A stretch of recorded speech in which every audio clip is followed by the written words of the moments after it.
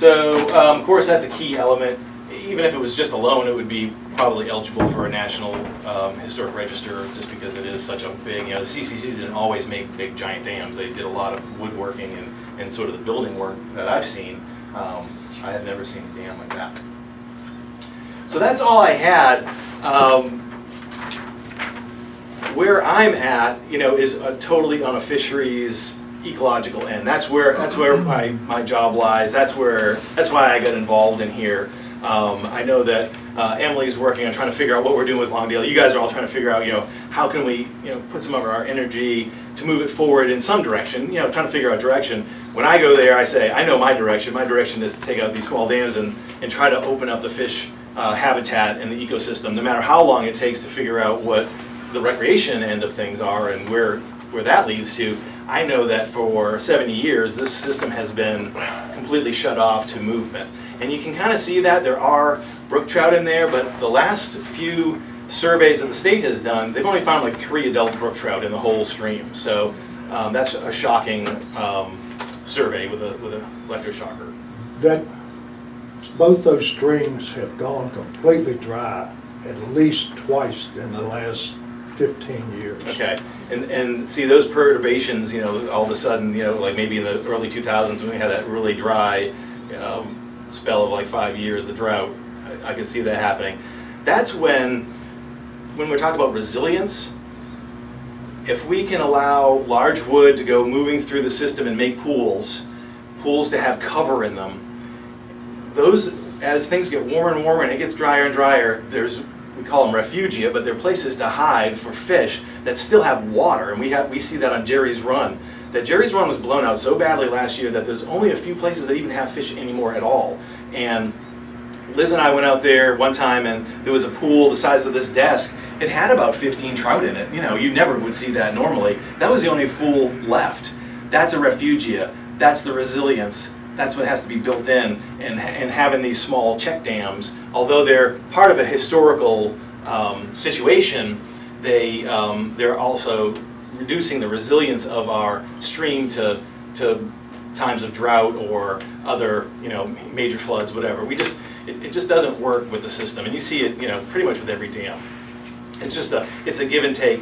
So I'm working with the archaeologists to come up with a plan on how we can leave some of those small check dams in place, some part of them. So we're just modifying them, we're not completely removing them. That would allow folks in the future to say, oh yeah, I heard there was something going on up in this creek, they used to have dams and stuff. They would see at least, oh, here's a portion of some old dam in the past. So it would still have some historical placement on the landscape, and people could see it, but it would still allow fisheries and substrates and large wood to move through. So we're trying to work on sort of a middle ground where we're leaving some of the structure in place for posterity. I don't believe, and I don't think our archaeologists believe, that any modifications we do to these small dams in the future would change anything with green pastures or Longdale's significance historically, or any change in your abilities to get grants or anything like that, whatever in the future. It's not going to sort of close doors, but for me it opens doors for ecological systems. And Steve, can you speak to just what we're doing now, talk about the fixing of the low water bridge? Oh, I'm sorry, I totally blew off the low water bridge. So the low water bridge is non-historical. And normally if we have a non-historical road work, it's not that big of a deal for us to fix a bridge or a culvert. So there shouldn't be a whole lot of significance in any changes we do with that old bridge. For me, I want to take it out. For you folks and for the rec folks and for the fire folks, because we have some burn areas beyond there, having access to the pavilion area is important. It takes people right into the CCC camp itself. So I'm working with Liz and trying to figure out, and engineers, to try to figure out a way that we can take out the middle portion of that, open up to fish movement and substrate movement, but use what's the abutments of that to have some bridge crossing to continue, really just to open up all the options for whatever we decide to do for Longdale. Right now, it's a broken bridge that we don't allow the public in on, and we would also think about if we were going to, say, remove something like there's an SST, a toilet way in the back of Longdale. If we were going to move that and move it to some place that we really need it, we would need to bring a crane in, and we probably wouldn't be allowed to put a crane across what's there now. So also when we do burning in that area, we would probably bring small fire trucks and that kind of thing to hold the lines, and the more access we have to that area, I think the better. Especially like if you were going to bring in people to maintain the buildings. You know, there's, you know, if you're a worker and you got to bring all your tools in by hand across the bridge, you know, we just want to look at the opportunities that we have there to open up the access again.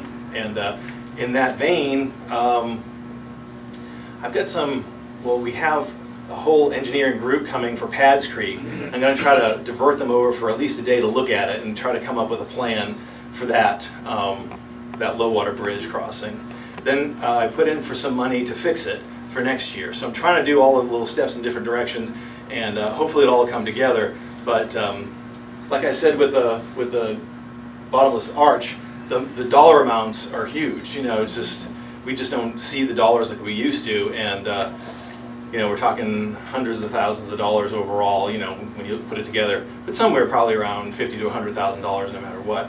And the engineers do that, and there's really no, like, when I talk to them, like, can we use some of the old abutments, and they're just not used to that. They're engineers. They like to like clean slate and start with a brand new project. They're not much into retrofitting dams, and I mean bridges to old abutments and that kind of thing. But I'm trying to push them in that direction. So we'll see. But that's the direction I see for that low water crossing going into Longdale. Yeah, the reason that, you know, there's a gate there is because the engineers determined it wasn't safe for crossing by vehicles. So that's why the gate's there. That's, you know, because I don't know if you saw from the picture, the culverts are being crushed underneath. So that's the reason. So we don't have engineering money, we don't have recreation to fix it, but Steve has looked into, because we could put bottomless arches there and allow aquatic passage, there might be some aquatic passage money that would actually fix that bridge for us. So Steve's been great about, you know, putting some of these projects forward. That's the way we have to work too. It's, you know, road money is dried up completely, like just for grading and keeping roads open. Aquatic passage, at the Washington level, they say, hey, you know, we want to make sure that the ecosystems are resilient and they're open. So there's money there. So we're always trying to do everything with the same, you know, whoever's money, and this is going to fit recreation, you know, historical place and aquatic passage if we can get it. So I have copies of Dan's report if anybody wants them. I have one.